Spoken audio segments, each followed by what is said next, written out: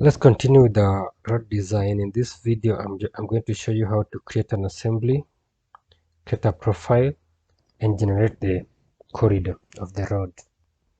So I'll first start with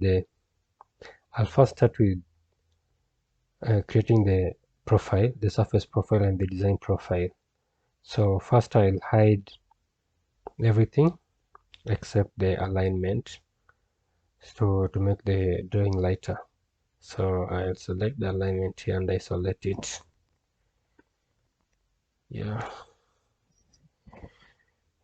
so now I only have my alignment on the screen, and I'm now going to generate the profile. I come here, there's a profile icon. So if you click on the profile icon, you select create surface profile, and this is the profile along the alignment that will show the surface based on the surface you created before. So let me I'm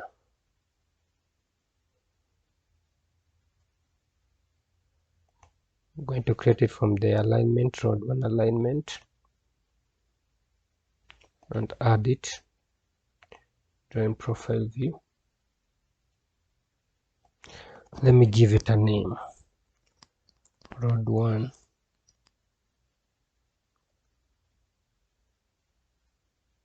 profile.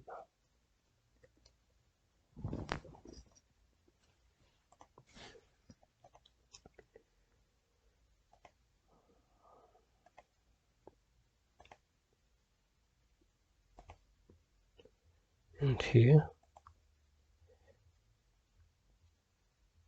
so this is the profile, this here is the surface.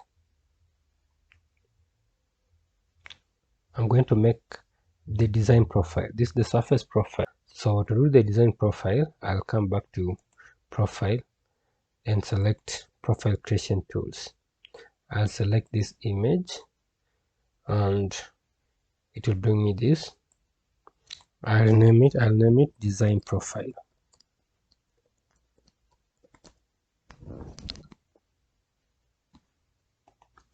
And there.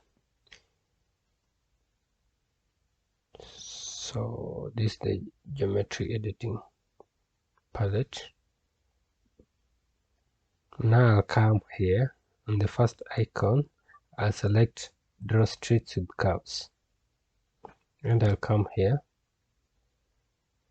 I'll design my own profile based on the surface profile, and this design will be determined by how I want my road to be. If I want my road to be much deeper than the surface, then I'll draw it lower than the surface. If I want it to be higher than the surface, then I'll draw it above the surface. But in this case, I just want it to be almost the same level with the surface, so I'll draw it as close to the existing surface as possible.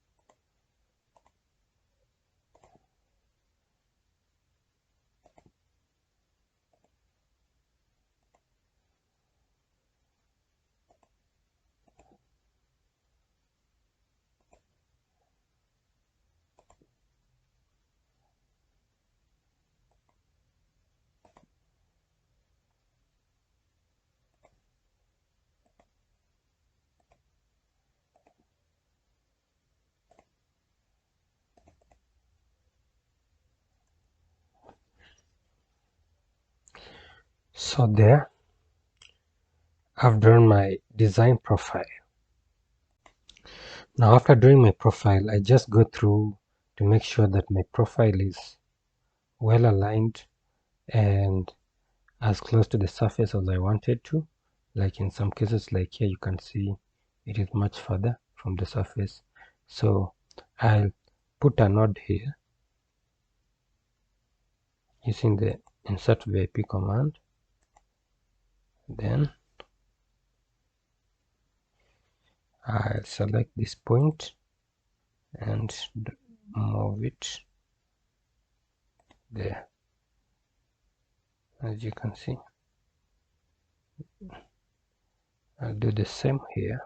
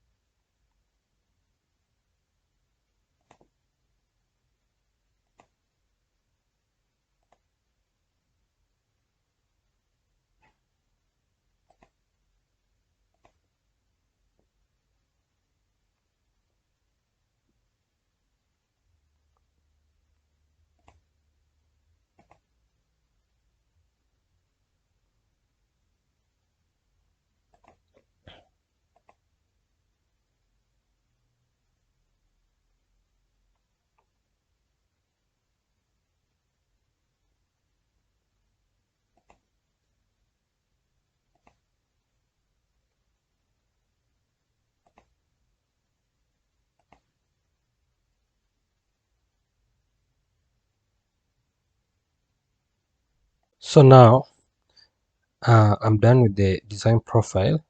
Now I'll create the assembly. The assembly is simply the cross section of the road that I want to make. So I'll come to the assembly creation tool and click on create assembly. Let me name it road 1 and OK, and I'll click anywhere and it will bring me this small icon. And because it has been zoomed, it is very tiny in comparison to the rest of the drawings. I'll just draw some circle here so that I can be able to tell where it is. Let me mark it red because red is easier to spot.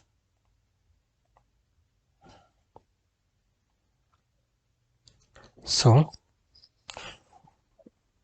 after having this small icon across, this small cross here, I'll come here just near the tool space and the palette tool space and click on this small icon,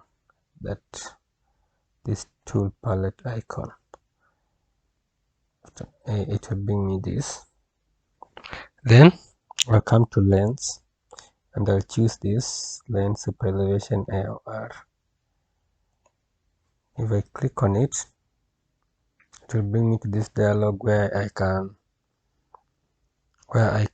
edit the size of my lens.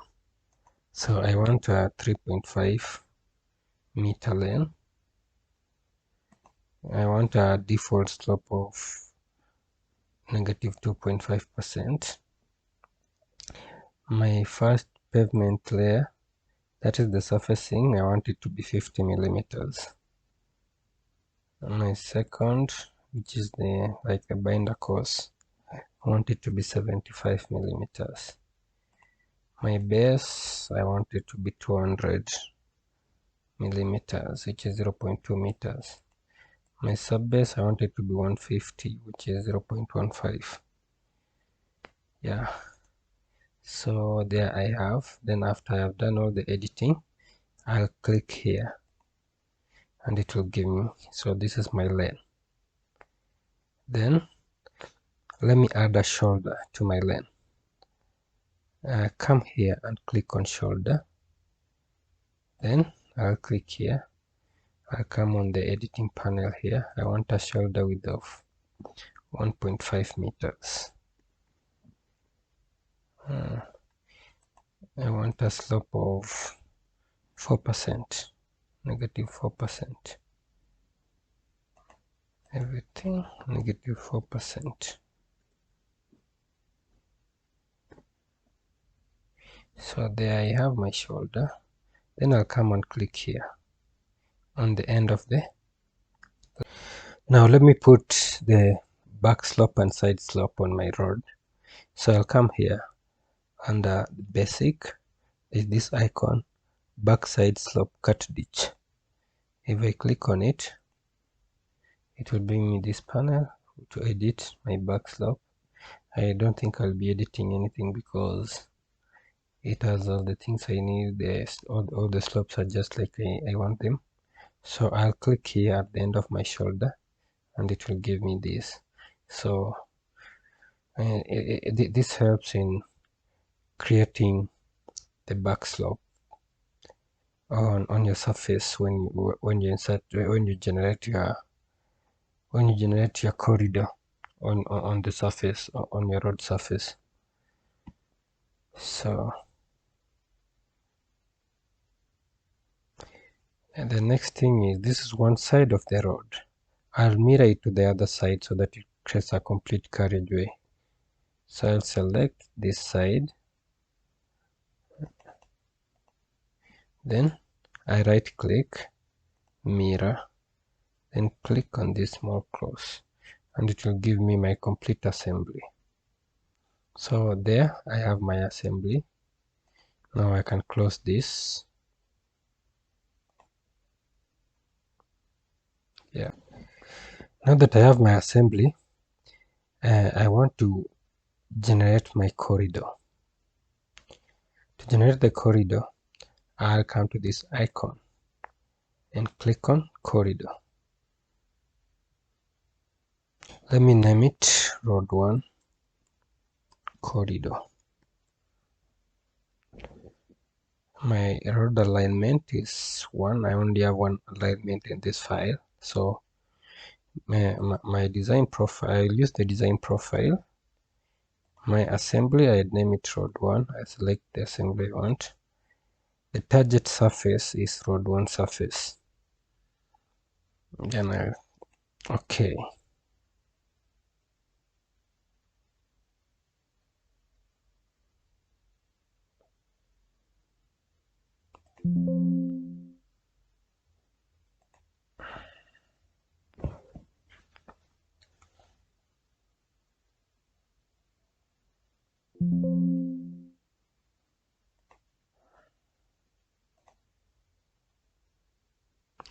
So there, I've created my road surface. So there you are. I've created my corridor, but the corridor is not good without a corridor surface. I have to create the corridor surface. So let's create our corridor surface. I'll right click on the corridor, then corridor properties. So it will bring me road 1 corridor. I'll click on surfaces and I'll click on this icon, create a corridor surface.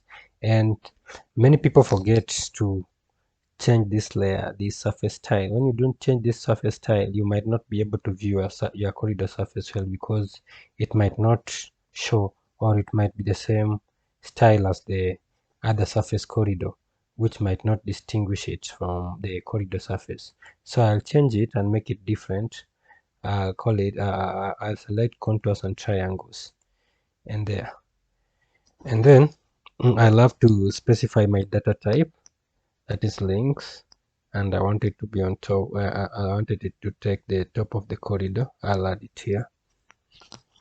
Then I'll apply to build the corridor. So there I have my corridor surface. Now, as you can see, my corridor surface doesn't look very good, because the surface is not confined within the boundaries of the corridor. So I'll pick my corridor, then change, but you can see there is so many objects here. Some objects are on top of each other, and selecting the corridor might be difficult. So if you're not very keen, you might end up selecting other object instead of selecting the corridor.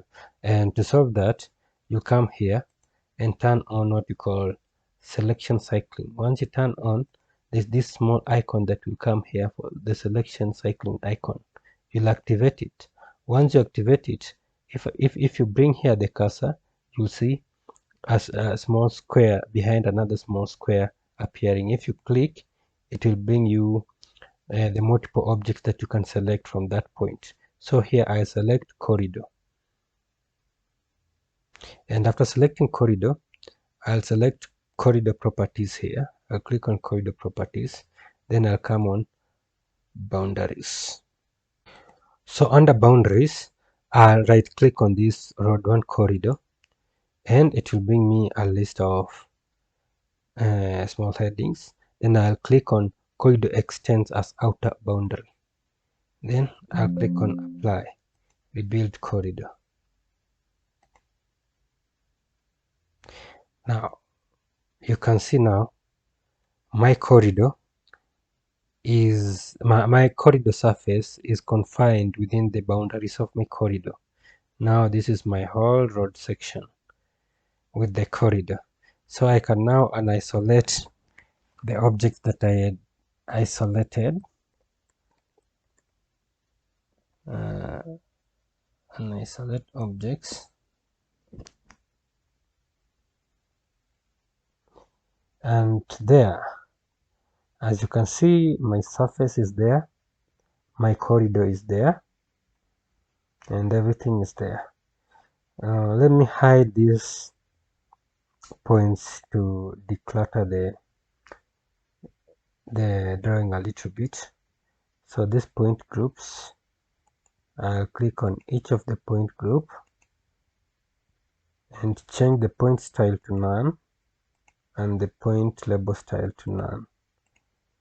So the next point group there, change everything to none. The road edge, change everything to none. The center line, change everything to none. And all the other points that I had not grouped, also change them to none.